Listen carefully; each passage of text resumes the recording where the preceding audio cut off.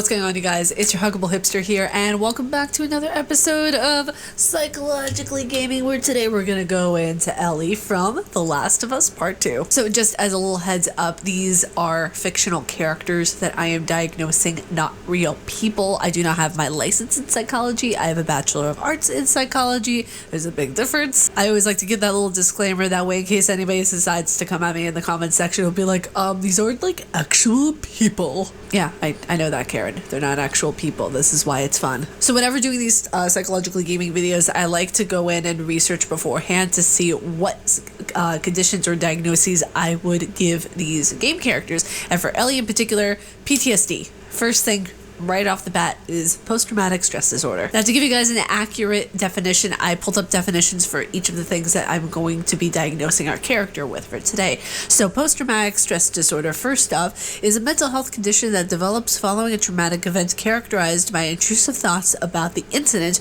recurring distress, anxiety, flashbacks, and avoidance of similar situations. Now, Elliie does have avoidance issues, and we're going to get into that a little bit later. A little tidbit about PTSD, actually, that it's more common in females than it is males. Whenever we're looking and researching into PTSD, it's also varied between the person. I know, such a shocker that mental health disorders can actually be more individualized instead of one generic umbrella statement. As you can tell, I'm a little bit bitter about the fact that, you know, people make it into one generic statement. Whenever somebody says, oh my god, I'm so bipolar, do you even know what bipolar is? This is a whole other topic that I could get into, but please don't mislabel yourself with a health disorder or a mental health illness. It's really bad. Really bad. Because the brain likes repetition. The brain likes practice. So what do you do if you tell yourself something over and over and over again? You start to believe it. So just as a side note for this video, don't tell yourself that you have a mental health condition without actually going to see your doctor first, because that is a very dangerous thing to do. So throughout the game, Last of Us Part 2, we see Elliie experience so many different things, from the loss of Joel to different parts of the game where Abby is just wailing at her, literally trying to kill her. So many different things that we actually see her experience a PTSD episode within the game towards the end. It's towards where you get to the farm area of the game, and it's just one of the things of where I never thought Naughty Dog would incorporate that sort of thing into a video game, but they did it in such a way of where they showed how individualistic it is for the person. So I feel like that's too Naughty Dog. Thank you so much for doing that, of where they didn't show like a generic episode. They actually showed a flashback. They showed a type of PTSD that one could have. Now, another thing that Elliie actually experiences is anxiety disorder, and as it states here, anxiety is the mind and body's reaction to stressful, dangerous, or unfamiliar situations. It's a sense of uneasiness, distress, or dread you feel before a significant event. A certain level of anxiety helps us stay alert and aware, but some types of anxiety actually don't help us at all. It leaves us in this kind of fight or flight stance of where you have to think, what do I do to keep myself alive? Because that is the brain's priority. The brain's priority is to keep the person happy, alive, and safe. Anxiety is also fear characterized by behavioral disturbances. Anxiety is not always related to an underlying condition. So if you have PTSD, it may be coupled with anxiety, but not always. If you have OCD, it may be coupled with anxiety, but not always. Anxiety can be a standalone thing.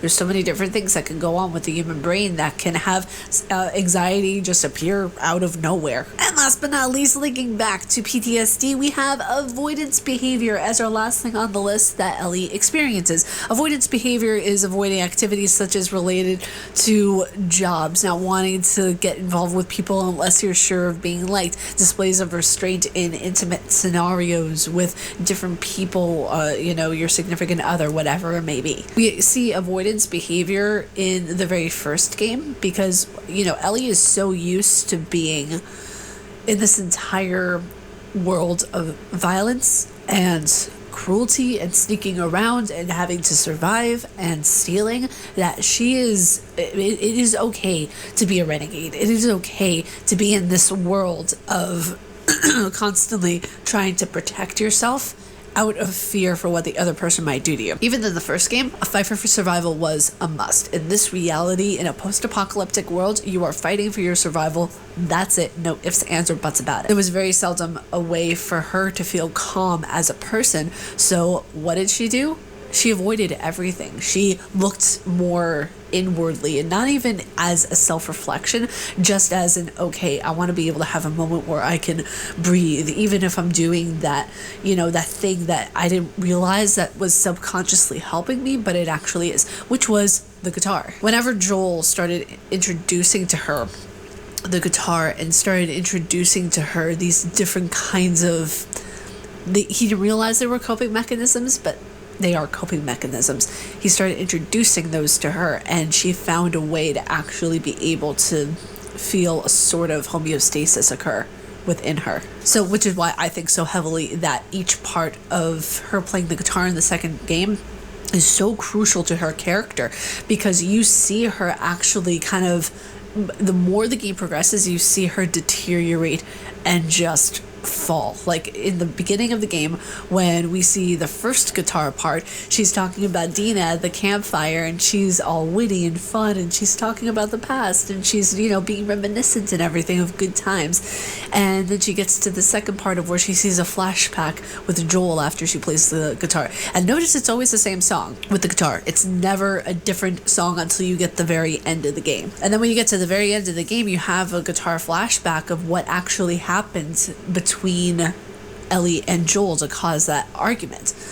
You see that actually play out, and you see the fact that Ellie lost both of her fingers, so she can't do the very thing that gave her comfort. So there's a lot of things in this game. There's a lot of different motifs in this game that suggest that Ellie at every point is trying to look for a place for safety, to be safe, to experience a normal life, even though from birth she never experienced anything normal, or what we would call normal. There was never a point up until the last part of the second game where she could feel peace, and that was at the farm.